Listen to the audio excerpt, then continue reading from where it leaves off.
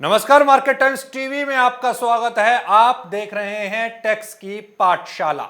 जी हां, मैं सुरेश मनचंदा। टैक्स की पाठशाला में आपका स्वागत है। और टैक्स की पाठशाला में आज हम ये जानने की कोशिश करेंगे कि इन दिनों जो आपके पास में ढेरों फोन कॉल्स आ रही होंगी कि जी ये इंश्योरेंस पॉलिसी ले लीजिए, इसका जो प्रीमियम है इसके अंदर आपको टैक्स के अंदर छूट मिलेगी।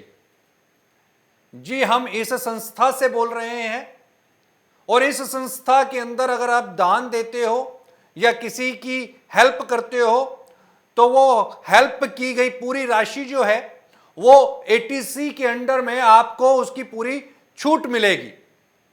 फिर आपके पास कोई फोन कॉल आ जाता है, वो ये कहते हैं जनाब कि जी आप यहां पर 1 साल के लिए अपनी एफडी करवा लीजिए, 2 साल के लिए आप यहां पर इन्वेस्टमेंट कर दीजिए।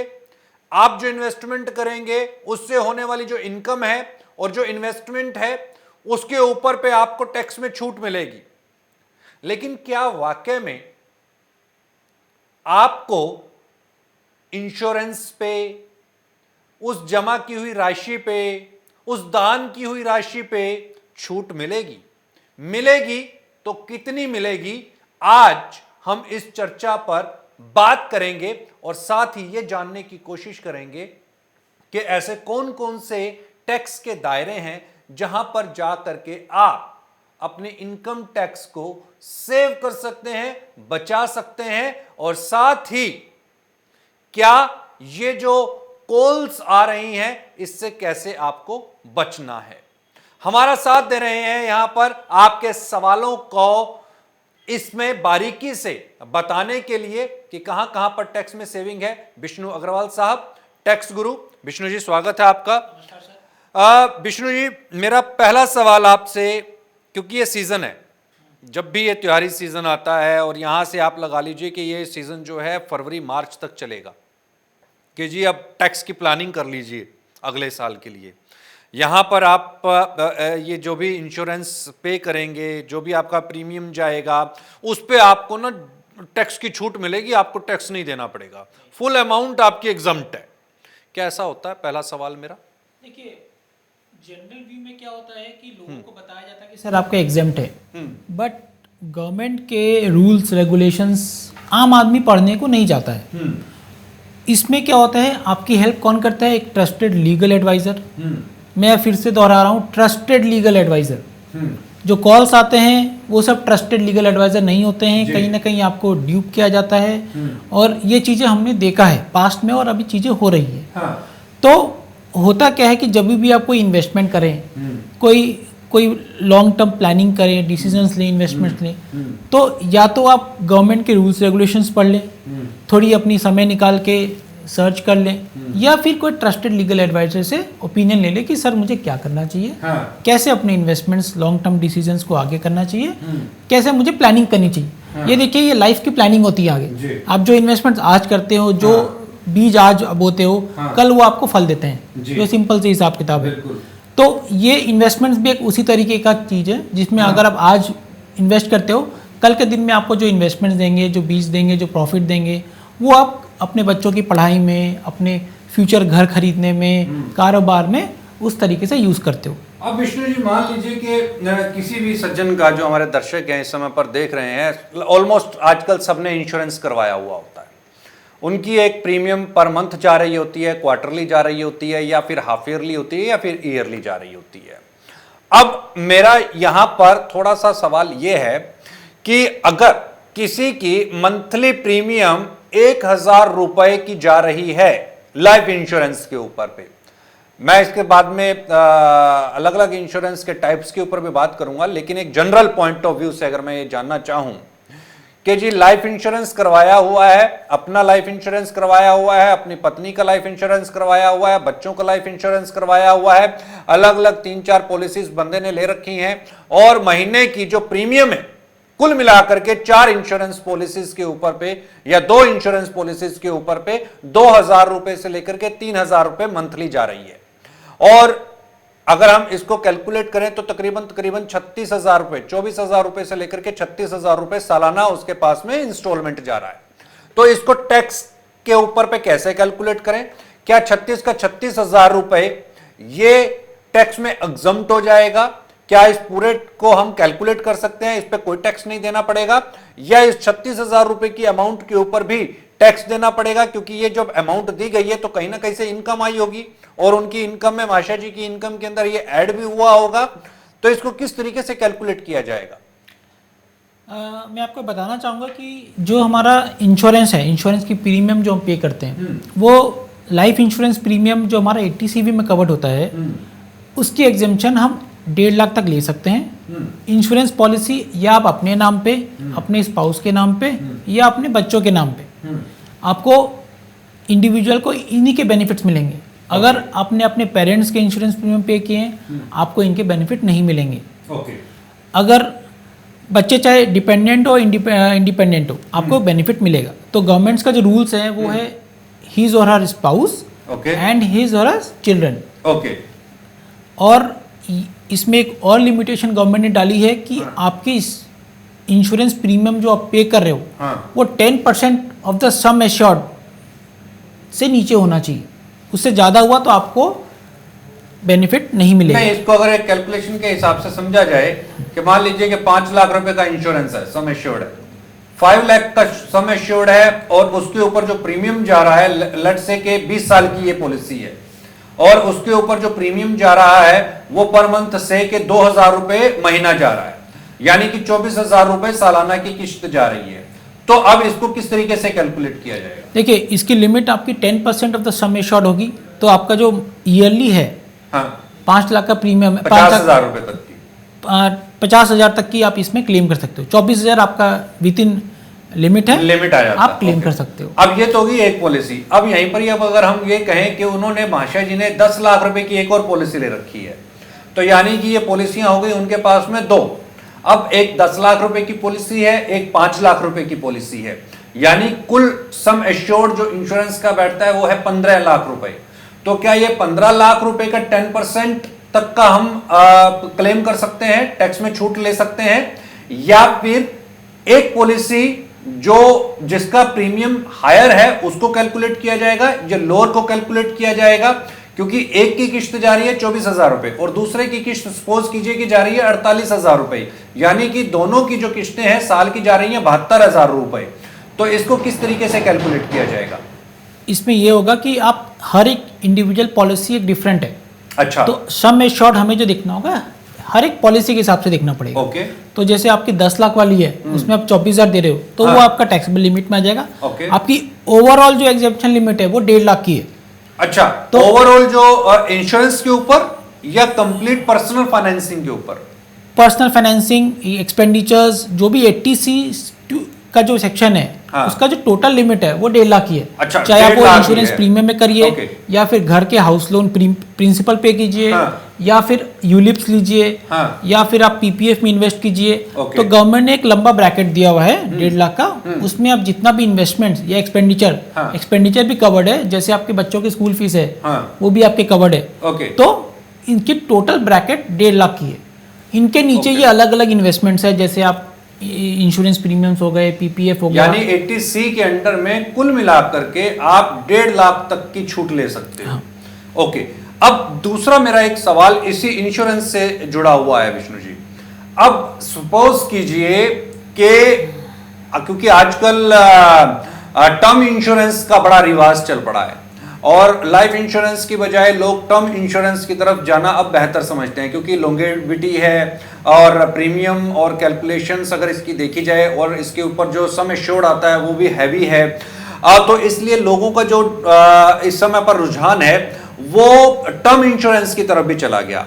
अब एक उदाहरण के तौर के ऊपर इसको अगर लिया जाए तो यहां पर प्रीमियम पे करने के अलग अलग तरीके हैं कि जी आप इसको ईयरली पे कर सकते हो, मंथली पे कर सकते हो, वन टाइम पे कर सकते हो, और 5 इयर्स में भी आप पे कर सकते हो।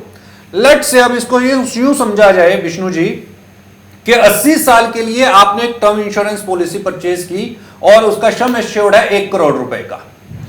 अब यहां पर बात समझने वाली यह है कि 1 करोड़ रुपए का जो सम एश्योर्ड है उसको आपने 80 साल तक अगर आपके ऊपर कोई दिक्कत नहीं आती, कुछ नहीं है, तो आपको प्रीमियम पे करते चले जाना है।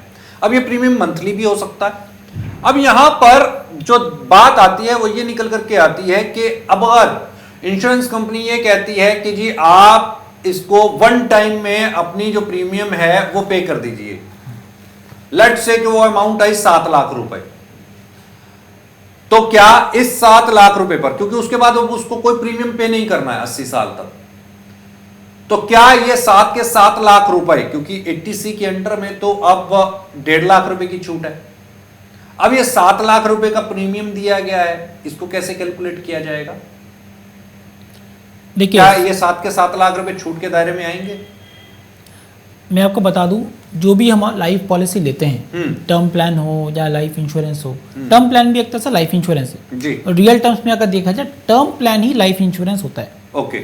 बाकी जो हम देखते हैं वो एक तरह से इन्वेस्टमेंट प्लान है, राइट। टर्म प्लान में क्या होता है कि चलो आप एक बार में दोगे 10,000, वो 10,000 का आपको इन्वेस्टमेंट वापस नहीं आएगा, that is a real insurance, right.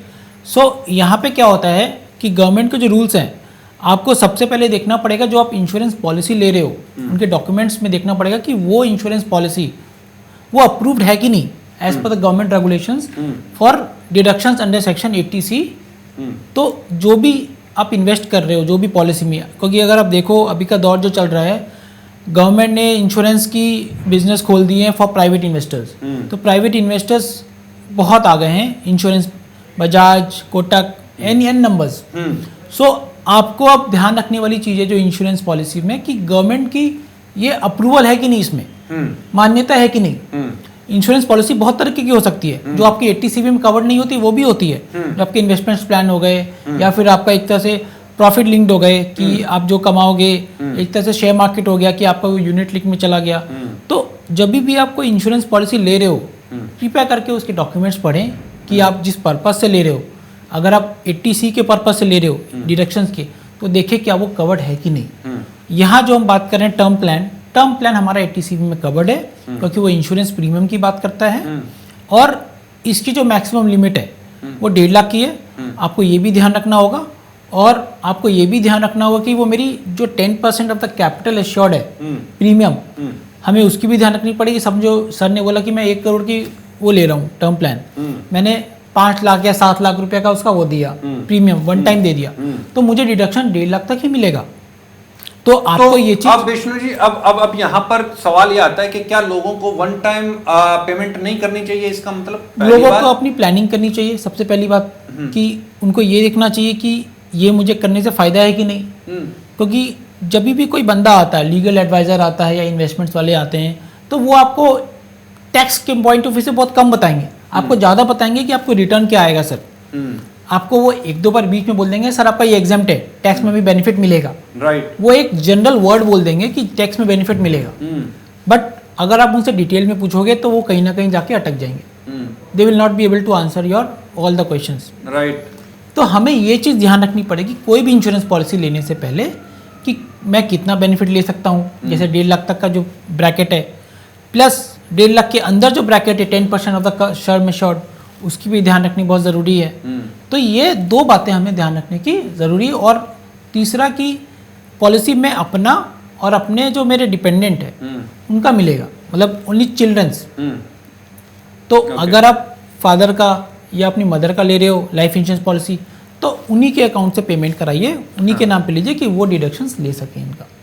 अब यहाँ पर ये बात तो एक साफ हो गई कि वन टाइम पेमेंट जो है उसका आपको बेनिफिट ज्यादा नहीं मिलेगा। तो यानी कि अगर आप टर्म इंश्योरेंस की तरफ जा रहे हो और टैक्स वहां पर सेव करना चाहते हो तो वन टाइम, हालांकि वन टाइम पेमेंट करने वालों की जो तादाद है वो बहुत बेहद कम है। अब हो सकता है कि जब आपका जो मंथली जो प्रीमियम जा रहा है वो 200 रुपए का या 300 रुपए का या 400 रुपए का है, तो 4-5 हजार रुपए आपका साल का प्रीमियम बैठेगा, वो निश्चित तौर के ऊपर आपके उस 1.5 लाख की ब्रैकेट के अंदर में कवर हो जाता है। तो इसलिए वहां पर घबराने की आवश्यकता नहीं है। लेकिन अगर आप 5 साल के लिए या वन टाइम प्रीमियम की तरफ जाते हो या 5 इयर्स में अपने प्रीमियम को चुकता करके, क्योंकि समटाइम ये होता है कि आने वाले समय को किसने देखा है भाई, 5 साल के अंदर ही आप अपनी किस्तों को खत्म कर दो, या वन टाइम भैया ये प्रीमियम आप ले जाओ, इसके बाद हर साल हम प्रीमियम नहीं देंगे। तो ये वाली जो सोच है, यहां पर आकर के टैक्स की ब्रैकेट के अंदर में जो मिलने वाली छूट है, कहीं ना कहीं हम उसका नुकसान कर रहे हैं, ये एक बात है। दूसरा विष्णु जी, ये तो बात होगी इसकी। अब अगर मान लीजिए कि, क्योंकि ऐसे इन्वेस्टमेंट के बहुत सारे फोन कॉल्स आते हैं कि जी आप इसमें इन्वेस्टमेंट कर दीजिए, आपको 80C मिल जाएगा, ये रिटर्न आएगा। अब मान लीजिए कि मैं एफडी की तरफ चला जाता हूं, लॉन्ग टर्म एफडी है, लॉन्ग टर्म एफडी सपोज कीजिए कि 3 साल के लिए एफडी कर दी, क्या उसके ऊपर भी 80C इंप्लीमेंट होगा? उसके इंटरेस्ट, जो इंटरेस्ट मिला, जो उसके रिटर्न आया, जो डिफरेंस आया, क्या उसके ऊपर वो इनकम जो है 80C के अंडर में जाएगी? 3 साल के बाद ये क्या इनकम कैलकुलेट होगी, या ईयरली बेस के ऊपर ये इनकम कैलकुलेट होगी? इसका भी थोड़ा सा गणित आप समझा दीजिए। जरूर। एफडी की जो अगर मैं कहानी लूँ, एफडी में क्या होता है, 80C की डिडक्शन के लिए एफडी कम से कम 5 साल की होनी चाहिए। ओके। तो वो ब्रैकेट जो है गवर्नमेंट ने 5 साल का रखा हुआ है। हाँ। 5 साल से पहले अगर आप कोई भी तोड़वाओगे तो आपका जिस साल आप तोड़वाओगे उस साल आपका पूरा टैक्सेबल हो जाएगा। जितने भी आपने डिडक्शंस लिए हैं पास्ट में, वो सारे टैक्सेबल उस साल हो जाएगी। ओके। और रही बात आपकी, एक क्या होता है कि जैसे मैंने अपनी इनकम जनरेट किया, मेरे को समझो मैंने मैंने इनकम कमाया है उसी को मैं एफडी बनाऊंगा। हाँ, राइट। हाँ। तो मुझे समझो मैंने 50,000 का एफडी किया, तो मेरी 50,000 की मुझे डिडक्शन मिल जाएगी जिस साल मैंने इन्वेस्टमेंट्स किया 5 ईयर्स का। ओके। उसके बाद क्या होता है, आपको हर साल एफडी पे इंटरेस्ट आएगा। तो वो जो इंटरेस्ट आएगा that is taxable under other sources. Okay. तो एफडी का जो इंटरेस्ट है ये मत सोचिएगा कि वो एग्जेम्प्ट है। हाँ। तो हमारे दिमाग में जो है कि चलो मैंने एफडी कर दिया, मेरा टैक्स बच गया। हाँ, नहीं। हाँ। आपको ये देखना पड़ेगा उसका इंटरेस्ट क्या है। हाँ। उसका जो इंटरेस्ट लगेगा, वो जो इनकम आप कमा रहे हो that is taxable under other sources. और गवर्नमेंट ने जो 80 TTA का सेक्शन है, जो आप सेविंग बैंक पे जो इंटरेस्ट कमाते हो, वो अगर आपकी उम्र 60 ईयर से कम है वो 10,000 तक एग्जेम्प्ट है। अगर आपकी 60 ईयर से ऊपर है वो 50,000 है for senior citizens, and senior citizens covered FD interest also. Okay. So I again stress on the point, the persons who are below 60 years, उनका एफडी इंटरेस्ट 80 TTA में कवर्ड नहीं है। ओके। तो लोगों का क्या होता है परसेप्शन कि सर 10,000 तक तो एग्जाम्प्ट है इंटरेस्ट। नहीं, वो सेविंग बैंक का इंटरेस्ट एग्जाम्प्ट है, एफडी का इंटरेस्ट एग्जाम्प्ट नहीं है। यानी यहां पर जो मिथ है उसको थोड़ा सा आपको क्लियर करने की जरूरत है कि अगर आपने एफडी करवाई है तो उसके ऊपर जो मिलने वाला इंटरेस्ट है उस पर टैक्स लगेगा, और वो टैक्स के दायरे में आता है, उस पर छूट नहीं है। हाँ, अगर आप सेविंग अकाउंट बैंक के अंदर अगर आपने सेविंग खाता खोला हुआ है, जमा खाता खोला हुआ है, उस पर जो आपको इंटरेस्ट मिल रहा है, या पोस्ट ऑफिस के अंदर में आपने जमा खाता खोला हुआ है, उस पर जो इंटरेस्ट आपको मिल रहा है, वहां पर वो जो इंटरेस्ट है वो आपका एग्जम्प्टेड हो सकता है। वो भी, उसकी भी कैप है, जो विष्णु जी बता रहे हैं कि 10,000 रुपए तक का जो इंटरेस्ट है वहां तक आपको टैक्स नहीं लगेगा, वो एग्जम्प्टेड है। उसके ऊपर जो इनकम आएगी उसके ऊपर टैक्स यहां पर एप्लीकेबल हो जाएगा। अदर सोर्सेज इनकम के अंडर में, सेक्शन के अंदर में वो आ जाएगा और उसके ऊपर टैक्स इंप्लीमेंट होगा। अब विष्णु जी यहां पर एक सवाल और ये खड़ा होता है कि जो इन्वेस्टमेंट टूल्स हैं, लाइक के किसी सज्जन का पीएफ कटता है, उस पीएफ के ऊपर भी उसको इंटरेस्ट मिलता है, तो क्या वो इंटरेस्ट, पीएफ पर मिलने वाला जो इंटरेस्ट है, वो इंटरेस्ट क्या टैक्स के दायरे में आएगा या फिर वो एग्जम्प्टेड है? पीएफ की जो है, आपकी पीएफ की एक अकाउंट खुलती है। हाँ। जो एम्प्लॉयर आपके पीएफ काटता है, हाँ, उसके अलग रूल्स एंड रेगुलेशंस है। तो होता क्या है कि इसमें सबसे पहले ये कि आप पीएफ विड्रॉल नहीं कर सकते हो। अगर आप पीएफ विड्रॉ करते हो तो वो आपके टैक्स के ब्रैकेट में आ जाता है। हाँ। बट वो एग्जेम्प्ट है अगर आपने लगातार 5 साल के लिए एम्प्लॉयमेंट किया है। अगर आपने 5 साल से पहले एम्प्लॉयमेंट छोड़ के अपना बिजनेस शुरू कर लिया, उसके लिए अगर आप पीएफ विड्रॉ कर रहे हो तो वो पीएफ आपका टैक्सेबल हो जाता है। तो ये ध्यान रखना चाहिए हमें कि क्या मेरा पीएफ एग्जेम्प्ट है। आप नौकरी कर रहे हो, पीएफ मिल रहा है, पीएफ का एग्जेम्पशन हर साल ले रहे हो, बट पीएफ को निकलवाते समय आप ये चीज़ ध्यान रखें कि क्या आपको 5 साल हो गए हैं नौकरी करते हुए, क्या ये मेरा एग्जाम्प्ट है? नहीं। अगर आपने 5 साल पूरे नहीं किए हैं तो आपका ये टैक्सेबल हो जाएगा, आपको टैक्स की बेनिफिट नहीं मिलेगी। ओके, यानी 5 साल एक ही ऑर्गेनाइजेशन में नहीं, या कंटिन्यूस चेंज हो सकती है? कंटिन्यूस एम्प्लॉयमेंट हो सकती है। ओके। कि अब क्या होता है कि गवर्नमेंट ने क्या किया आपका कि आप एक पीएफ को दूसरे जहां ऑर्गेनाइजेशन में जा रहे हो उसको ट्रांसफर कर सकते हो, वो एक यूनिक कोड आ गया है। तो गवर्नमेंट ने ये बेनिफिट दी है कि आपको कोई जरूरी नहीं है कि एक ही जगह एम्प्लॉयमेंट करनी है। आपने अगर 4 ऑर्गेनाइजेशन ज्वाइन किया है तो चारों की पीएफ मतलब आपका कंटिन्यूस एम्प्लॉयमेंट 5 ईयर्स का मिनिमम होना चाहिए। ओके, तो एटीसी की अगर मैं बात करता हूं विष्णु जी, तो एटीसी हालांकि अगर इसके अंदर और थोड़ा सा गोता लगाया जाए तो काफ़ी वाइड ये एटीसी सब्जेक्ट है, और मुझे लगता है कि जो भी लोग रिटर्न फाइल करते हैं उसमें से तकरीबन 70% लोग एटीसी के बारे में या उसकी अंदर कौन कौन सी आइटम्स को हम ले सकते हैं शायद नहीं पता होगा। अब यहाँ पर बात ये आती है कि चलिए आपने बताया कि जो इंश्योरेंस क्लेम्स हैं या अदर चीज़ें हैं या एटीसी के अंडर में जा करके केवल आप मात्र 1.5 लाख रुपए तक की ही इन्वेस्टमेंट की आप एग्जम्पशंस ले सकते हो, उसके ऊपर एग्जम्पशंस नहीं ले सकते हैं। अब बात आ जाती है कि एटीसी में हम कौन कौन सी आइटम्स को इंक्लूड करते हैं। एक हो गया कि अगर आपने इंश्योरेंस लिया हुआ है, जीवन बीमा अगर आपने ले रखा है, क्या एटीसी के अंडर में विष्णु जी बच्चों की स्कूल की फीस भी आ जाती है क्या? जरूर, बच्चों की स्कूल की फीस भी है आपकी एटीसी में। वो कितने तक की है, क्या उसकी कोई कैप है? पूरा कैप 1.5 लाख का ही है। अच्छा, तो ऐसी कोई कैप नहीं है बच्चों की स्कूल की फीस में, बट 2 बच्चों की आप ले सकते हो। हाँ, और वो पूरी कैप आपकी 1.5 लाख की है। अच्छा, 2 बच्चों से ज्यादा की नहीं ले सकते। ओके, तो दूसरा इसके अंदर में बच्चों की फीस, चूंकि विष्णु जी आपको भी पता है कि आजकल स्कूलों की फीसेस जो है वही 8-8, 10-10 हज़ार रुपए पर मंथ की हैं, तो यानी कि अगर एक साल की अगर कैलकुलेट की जाए तो बच्चों की फीस में ये तो एटीसी कवर हो गया।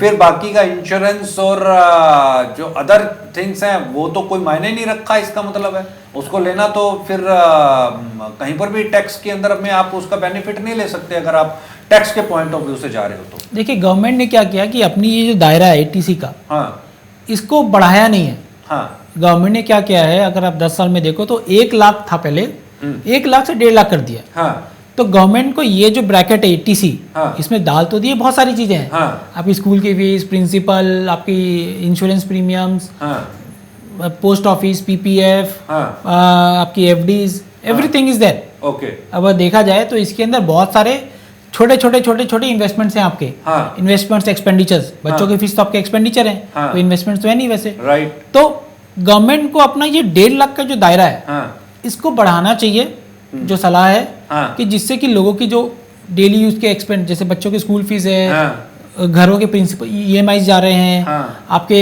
इंश्योरेंस प्रीमियम्स जा रहे हैं, हाँ, तो ये 1.5 लाख के लिमिट अगर आप मिडिल क्लास के हिसाब से देखा जाए तो कम है। तो गवर्नमेंट को समय अनुसार जो इन्फ्लेशन चल रहा है, जो भी लोगों की लाइफ स्टैंडिंग चल रही है, लाइफस्टाइल चेंज हो रही है, इस ब्रैकेट को बढ़ाना चाहिए, जिससे कि वो ज़्यादा से ज़्यादा टैक्स की बेनिफिट्स, इन्वेस्टमेंट्स करना सीखे। क्योंकि गवर्नमेंट अब इंडिविजुअल क्या है कि इन्वेस्टमेंट्स नहीं कर रहा है। हाँ, अगर आप देखोगे तो उसकी, जैसे आपने सही बोला कि स्कूल के फीस ही आपके इतने हो जाएंगे, हाँ, और आप कोई भी मिडिल क्लास बंदा अपना एक घर खरीदता है, उसी को 20 साल तक लोन देता रहता है, उसकी प्रिंसिपल की बेनिफिट ले लेता है, तो उसके पास और इन्वेस्टमेंट्स करने के लिए पैसे बचते नहीं है साल के अंत तक। बिल्कुल, कि वो कहाँ पे एफडीज कराएगा, कहाँ पे आपकी पीपीएफ और वो लगाएगा एक्स्ट्रा। तो गवर्नमेंट को इस चीज़ को रिवाइज करना चाहिए, इसको रिव्यू करना चाहिए, लोगों का सलाह लेना चाहिए, लोगों का एक सर्वे करना चाहिए कि इस लिमिट को बढ़ाया जाए, कैसे बढ़ाया जाए, कितना बढ़ाया जाए। अच्छा, एक इसके बीच के अंदर में और ये आ जाता है विष्णु जी, लेट्स से कि अगर सपोज कीजिए अब ये एक इंश्योरेंस का और है, क्योंकि बहुत से जो कारोबारी हैं वो बिजनेस लोन लेते हैं।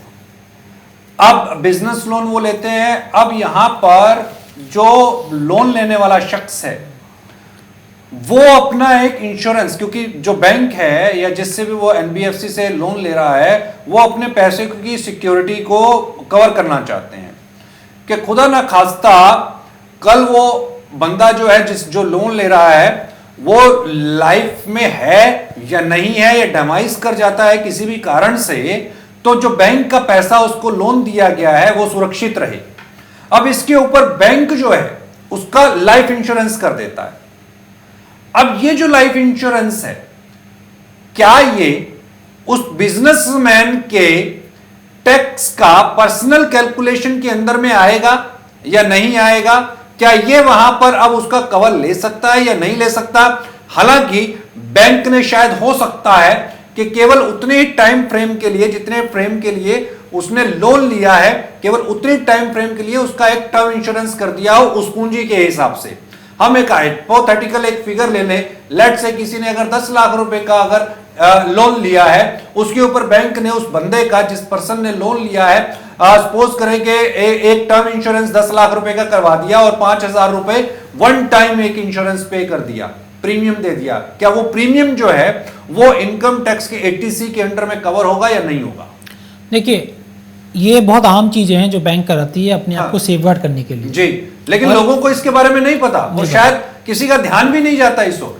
क्योंकि देखिए, जब बैंक से हम लोन लेते हैं ना, तो हम समझते बैंक हम पे एहसान कर रहा है। हाँ, ठीक है, तो हमारी जनरल परसेप्शन ये होती है कि यार मुझे पैसा मिल रहा है जी, बट ऐसा कुछ नहीं है। बैंक जो हमें पैसा दे रहा है वो सारे खर्चे, सारे प्रोसेसिंग फीस, सारे इंश्योरेंस के अमाउंट जो आप कैरी हो, सारी प्रोसेसिंग फीस, सारे इंटरेस्ट, वो सब हम ही से लेते हैं। जी, वी आर देयर कस्टमर्स। जी, हमारे परसेप्शन में ये होता है ना, जो हमारे पुराने जमाने से चला रहा है कि हम लोग बैंक का एहसान मारते हैं, लंबे लंबे लाइनों में खड़े रहते हैं। जी, जी, जी, ठीक है, तो वो क्या है कि बैंक ये भूल जाता है कि हम उनके कस्टमर हैं, वो हमारे कस्टमर्स नहीं है। जी, बिल्कुल।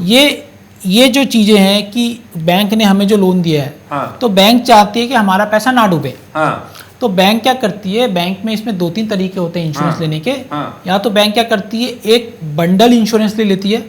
समझिए, बैंक ने छोटे छोटे व्यापारियों को लोन दिया है, छोटे छोटे व्यापारियों को हाउस लोन दिया है या बिजनेस लोन दिया है, तो बैंक क्या करती है, तो एक बंडल लोन ले लेती है कि 50 करोड़ 100 करोड़ का एक लोन ले लेती है अपने उनसे। तो ये हो जाती है बैंक पे खर्चा। बैंक ये खर्चा आगे डिस्ट्रीब्यूट नहीं कर पाता, बट बैंक ये लेती है बिकॉज बैंक को अपना रिस्क कम करना है।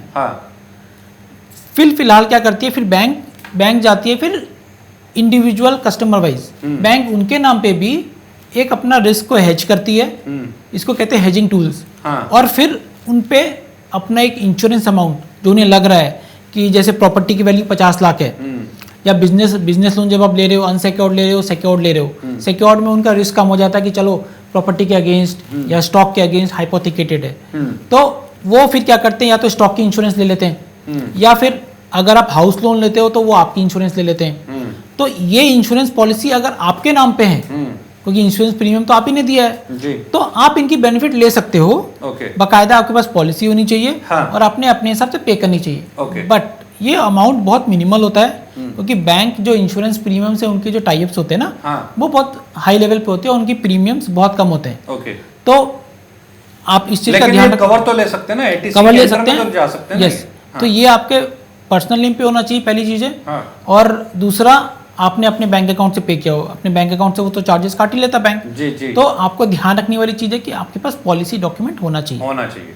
यानी कि यहाँ पर भी इस भी चीज को ध्यान में रखा जा सकता है। बहुत सारे इस समय पर जो ट्रेडर्स और ट्रेडर कम्युनिटी इस प्रोग्राम को देख रही होगी, तो उनके लिए ये पर्टिकुलर सवाल था कि वो अगर उन्होंने कोई लोन लिया है और उस लोन को सिक्योर करने के लिए बैंक ने अगर साथ में आपसे इंश्योरेंस का पैसा भी चार्ज किया है, तो वो 80C के दायरे के अंदर आ करके आप उसका क्लेम ले सकते हैं, छूट मिल सकती है।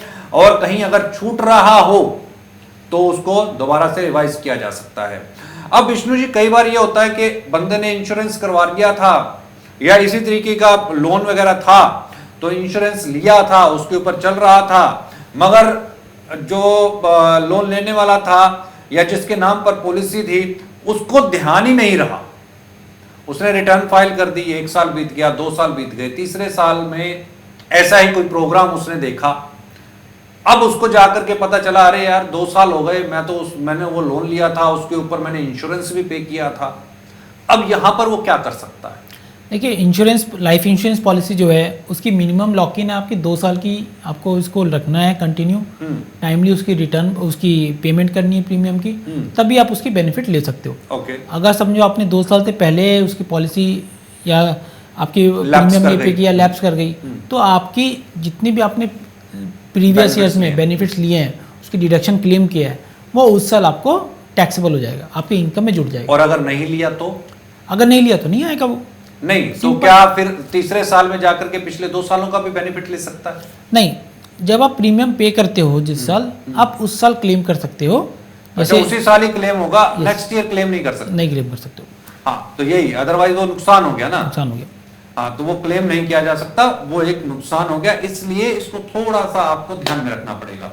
विष्णु जी, समय यहाँ पर समाप्ति की तरफ है। आपसे चलते चलते ये जानना चाहूंगा कि 80C के दायरे के अंदर में ऐसे कौन से और प्रोविजंस हैं जहां पर ट्रेडर्स को, आम जन को ये ध्यान रखना है कि अगर उन्होंने कोई भी कहीं पर भी दान दिया है या कोई पॉलिसी करवाई है, पर्सनल फाइनेंसिंग की है और उसके ऊपर मिलने वाली छूट का इन्हें नहीं पता है, तो क्या ऐसा रास्ता है जिससे ये अवेयर हो पाए? और अगर मान लीजिए कि इनके पास एक बढ़िया फाइनेंशियल एडवाइजर नहीं है तो उसके बिना भी ये उसका क्लेम ले सकें और टैक्स का बर्डन इन पर नहीं आए। देखिए, पहले मैं ये बताना चाहूँगा कि जो आपने दान किया है, दान आपका अलग सेक्शन में कवर्ड होता है 80G। ओके। जो आपके डोनेशंस है, आप पॉलिटिकल पार्टी या चैरिटेबल ट्रस्ट में जो करते हो, हाँ। तो कभी भी कोई दान करें तो उनकी रिसीट ले। तो इसकी भी कोई कैप है? इसकी कैप है, इसकी एक्चुअली बहुत अलग कैलकुलेशन है। हाँ। कि वो आपकी 10% ऑफ द एडजस्टेड अमाउंट होना चाहिए, टोटल एडजस्टेड अमाउंट। अच्छा। तो वो हम आगे की जो अपनी प्रोग्राम्स है उसमें वर्क कर लेंगे, क्योंकि इनकी जो है कैप्स वो मुझे बताने में आपको कम से कम आधा एक घंटा लग जाएगा कि क्या इसमें एडजस्टेड इनकम है, क्या कवर्ड होगा, क्या नहीं होगा। उनके अलग डिफरेंट सेक्शंस हैं, अप्रूवल्स हैं, बहुत चीजें हैं। तो वो डोनेशन जो आप दे रहे हो किसी चैरिटेबल ट्रस्ट, मंदिर, मस्जिद जो भी है, आपको उनकी अप्रूवल्स देखनी चाहिए। ओके। कि वो क्या वो 80G में गवर्नमेंट के थ्रू अप्रूव्ड है कि नहीं। अगर वो अप्रूव नहीं है, सीधा सिर्फ मैंने बनाया हुआ है अपना मंदिर, आपसे दान ले लिया, बट वो अप्रूव नहीं है, तो आपको उसकी बेनिफिट नहीं मिलेगी। ओके। इसी हिसाब से डोनेशंस आप हर जगह, पॉलिटिकल पार्टी में भी जो जाता है उसकी भी आपको बेनिफिट मिलती है। तो सबकी गवर्नमेंट ने कैप बनाई हुई है, सबकी रूल्स एंड रेगुलेशंस बनाई हुई है। गवर्नमेंट ने ये खत्म कर दिया कि अगर आप कैश में कोई भी डोनेशन देते हो उसकी बेनिफिट नहीं मिलेगी। गवर्नमेंट ने ये कर दिया कि चेक के थ्रू ही पेमेंट करिए, RTGS के थ्रू ही पेमेंट करिए, जिससे कि टैक्स चोरी ना हो। आपने रियल में डोनेशन किया है और तभी आप उसका क्लेम कर सकते हो। समझ गए। रही बात 80C, ये बहुत बड़ा सेक्शन है अपने आप में। इसमें बहुत सारे आप इन्वेस्टमेंट्स कर सकते हो और इसमें बहुत सारे आपको प्रॉज एंड कॉन्स हैं जो आपकी ध्यान रखनी चीज़ है। अगर आप चाहते हो कि अपनी प्लानिंग पहले से करें, आप बेटर इन्वेस्टमेंट्स, बेटर रिटर्न्स आपको आ जाएंगे। अगर आप सीधा जाके मार्च और फरवरी में डिसीजन लेते हो तो वो कहीं ना कहीं जाके आपकी इन्वेस्टमेंट्स बैड इन्वेस्टमेंट भी हो जाती है। तो कृपया करके आप ये ध्यान रखें कि अपनी प्लानिंग पहले से शुरू कर दें कि आपको कहाँ पैसा लगाना चाहिए। FD क्या करते हैं, लोगों के पास लास्ट ऑप्शन होता है FD में जाने के लिए। उससे पहले आपके पास PPF है जो कि बहुत अच्छा इन्वेस्टमेंट टूल है। आपकी इसमें आपकी जो है जब आप पैसा लगाते हो तब भी फ्री है, जब इंटरेस्ट आएगा वो भी आपकी टैक्स फ्री है। तो इस हिसाब से गवर्नमेंट ने अलग अलग चीज़ें हैं, अलग अलग इन्वेस्टमेंट प्लान है जो आपको ध्यान रखने वाली चीज़ें। अगर आपके व्यूअर्स के कोई भी क्वेश्चंस, कोई भी क्वेरीज हो, आप प्लीज़ मार्केट टाइम्स TV पे लिखें, उनका हम जवाब देंगे और आपको सही इन्वेस्टमेंट टूल्स बताएंगे जिसको आप इन्वेस्ट कर सकते हो। अगर आपका कोई भी सवाल है और अगर आप टैक्स से जुड़ी हुई कोई भी जानकारी चाहते हैं तो आप मार्केट टाइम्स TV के व्हाट्सएप नंबर पर व्हाट्सएप कर सकते हैं। नंबर नोट कर लीजिए, नंबर है 9953882229। जी हां, नंबर एक बार दोबारा रिपीट कर देता हूं, 9953882229 पर आप मार्केट टाइम्स TV को व्हाट्सएप कर सकते हैं। साथ ही आप हमें मेल भी भेज सकते हैं, market@market times TV पर आप मेल भेज सकते हैं। और जो भी आपके सवाल होंगे इसी तरीके से हर शनिवार को आपके सवाल लिए जाएंगे और उनका निदान भी विष्णु जी यहां पर करेंगे। विष्णु जी, आप स्टूडियो में आए, तमाम जानकारियां आपने शेयर की, इसके लिए आपका बहुत बहुत शुक्रिया। टैक्स की पाठशाला के अंदर फिलहाल इतना ही, लेकिन खबरों का सिलसिला मार्केट टाइम्स टीवी पर लगातार जारी है। आगे बहुत कुछ खास है इस प्रोग्राम के बाद, देखना मत भूलिएगा।